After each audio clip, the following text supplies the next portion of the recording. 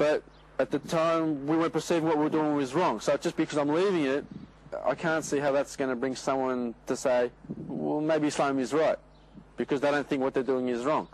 But as far as talking to them now, alhamdulillah, it breaks the ice because we can communicate and just talk about general things, and then inshallah I can try and get the conversation towards religion and Islam and whatnot. I never, from my family, I didn't really get any negative phone calls as such or anything verbal.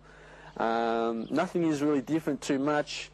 It's just a matter of me trying to explain to them that we can't believe everything that we see on the media. And at the end of the day, the media are non-Muslim. If they want to know truly about Islam, they're better off getting it from someone who is inside Islam. And they understand this, so it's just a matter of constantly explaining to them what's correct, what's incorrect, being patient, and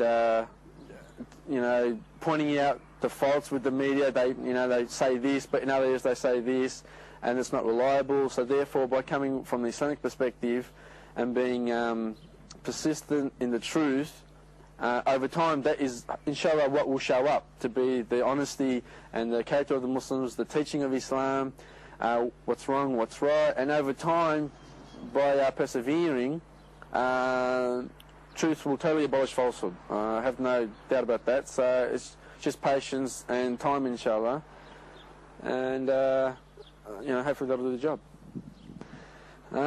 Talking to the Muslims of the world, first I would be talking to myself would be knowledge. We all need knowledge, and we need to double check the things that we have learned, because perhaps innocently, who has taught us some things has taught us something incorrect, and that quite innocently. I'm not saying I did it on purpose, but that's what they were taught, that should be done. And so we need to double check some things, whether it be to do with, just starting with the belief first, the fasting, the prayers and whatnot. We need to just make sure how we're doing the basics is correct. And then once we've established the basics, just slowly, we can't all be a sheikh overnight, and no one can be a sheikh overnight.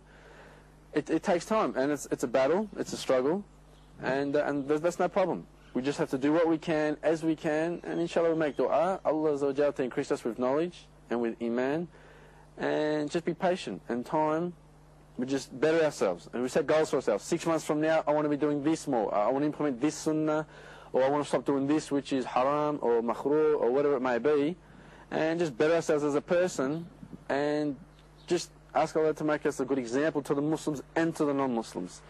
And inshallah, being general, hopefully that'll make a big difference.